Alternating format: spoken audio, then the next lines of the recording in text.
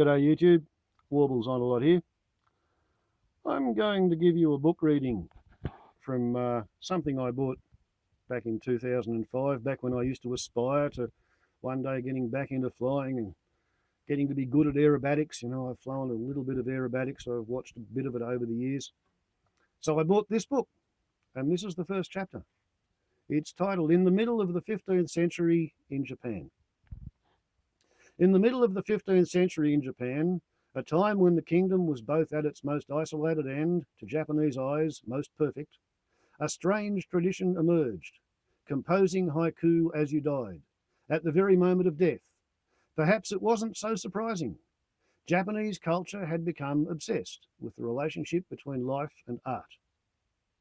There was an increasing belief that the two should never be separated, that a well-lived life was a work of art. Was it surprising that some Japanese poets wanted to try to weave the two together, to make a little tatami of life and art? What better time than at the moment of death? After a lifetime of study, could you be beautiful in 3 lines? Could you be perfect? Could you reduce it, all of it, your life, down to 17 syllables? Well, I don't speak or read Japanese. To make it easier for numbskulls like me, this book has a sort of English alphabet phonetic translation, so I'll have a crack at it. Mame di iyo, mi wa narawashi no, kusa no tsuyu. Farewell. I pass as all things do, dew on the grass. So, it all awaited you. Special inks were mixed. A brush of the rarest hair was prepared and left lying near your bed. The softest rice paper was fetched. All this lay waiting for your last moment. The Zen monks who collected the death poems looked for 2 virtues, 2 marks of beauty. The first was aware, a sense of the sadness of things passing, the way birds at dawn sing like mourners or cherry blossoms fall like tears in the spring. The second virtue was miyabi, an attempt to refine oneself. Everything about the poems, their sound, how they looked on the page, was meant to evoke this attempt at a refinement, at compactness. So, Basho, dead in early June 1807. Tabi ni yande, yume wa kareno o, kakamagaru. On a journey ill, my dream goes wandering over withered fields. Or Sabuku in the winter of 1788. Yuku mizo to tomo ni suzushiku ishi kawa ya. The running stream is cool, the pebbles underfoot. And perfectly, Ozui, dead in January 1783, Yo no hazuna, here kiru ware mo katashi nashi. Still tied to this world, I cool off and lose my form. The perfect death haiku, apparently. Still tied to this world, I cool off and lose my form. First chapter continues. It is the kind of day to write poems about. The summer sky bleeds from soft robin's egg blue at the horizon to deepest azure directly above. In between are a million more shades, as if God, restless and unsatisfied, has unloaded the full spectrum into the heavens. A few clouds hover harmlessly in the breezeless sky, pulling weak shadows over the earth. It is a day to fall in love, to lie on the grass and listen to Louis Armstrong. I am flying at the height of those clouds, 1,000 feet, and fast out of a dive, 200 miles an hour. To amuse myself, I roll upside down and pass just above the clouds, dragging my tail in the vapour that streams upward from each, watching the reflection of my yellow plane. I pump the stick slightly to bump the nose up. The extra 200, a German-built plane, is made for these aerial acrobatics the way a Porsche is made for the Autobahn. I jam the stick to the left side of the cockpit, drawing the left wing ailerons up into the airstream where they bite into the airflow and quickly pull the wing up and around, right side up, then inverted again. The extra can come full around in less than a second, faster than you can say roll. My shoulder and crotch belts dig into my skin as I float upside down. The steel ratchets that hold them tight grind at my hips. I stop the plane hard, exactly wings level, and inverted. Sweat runs up from my chin and into my eyes. I'm going to pull through from here toward the ocean below me. Hold out your hand, palm up. Flip it over. Now arc it away from you and down. A split S maneuver. De rigueur in competition aerobatics, the sport of precision flying. I fuss with the power a bit. I press the nose up for a second to make sure I am level.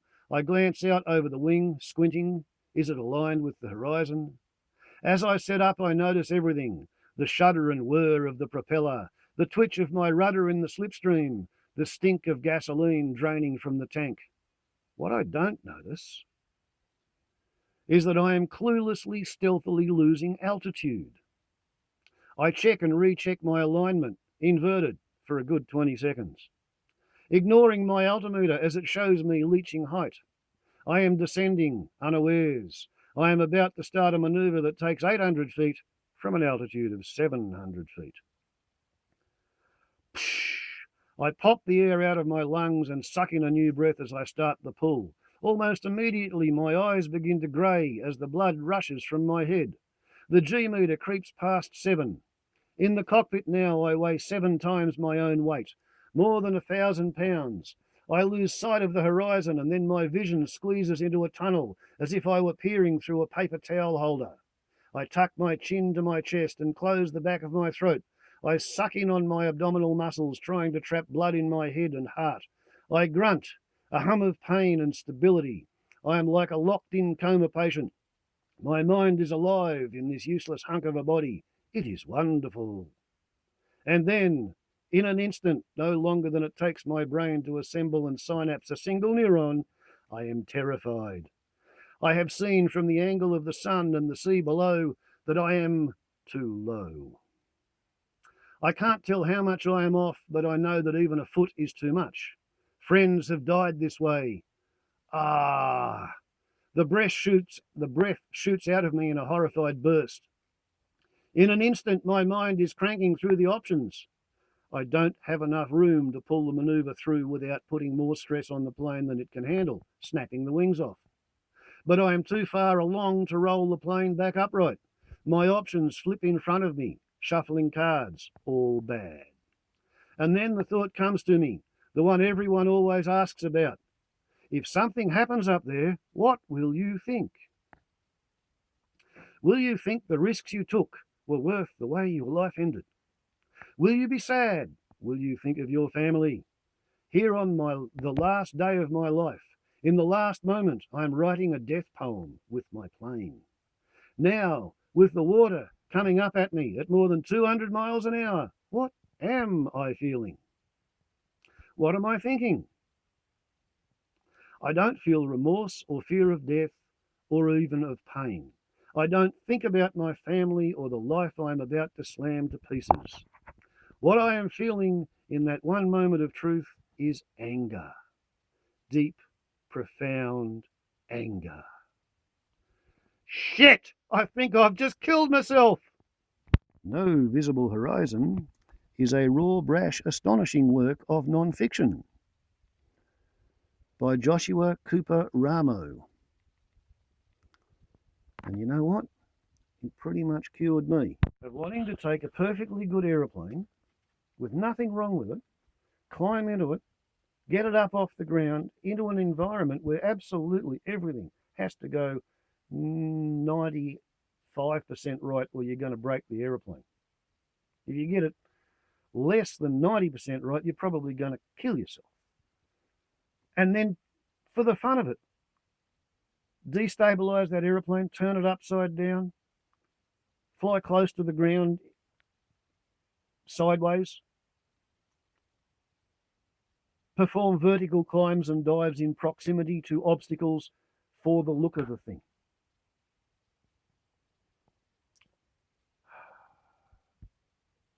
Yet, once upon a time, when I was young, when I was immature, before I'd thought things through, Before I actually crashed an aeroplane, I used to think aerobatics were a marvellous thing to spend your time in doing.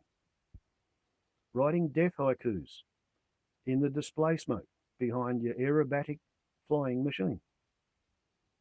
Copyright 2003, first published 2004. ISBN 07535 08648. This is Neil Williams with the famous Zlin that he had to fly an inverted approach with before he discovered that there are better things to do than turn your aeroplane upside down and see what you can break.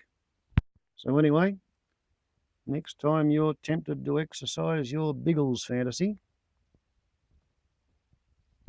just remember the death haiku in smoke.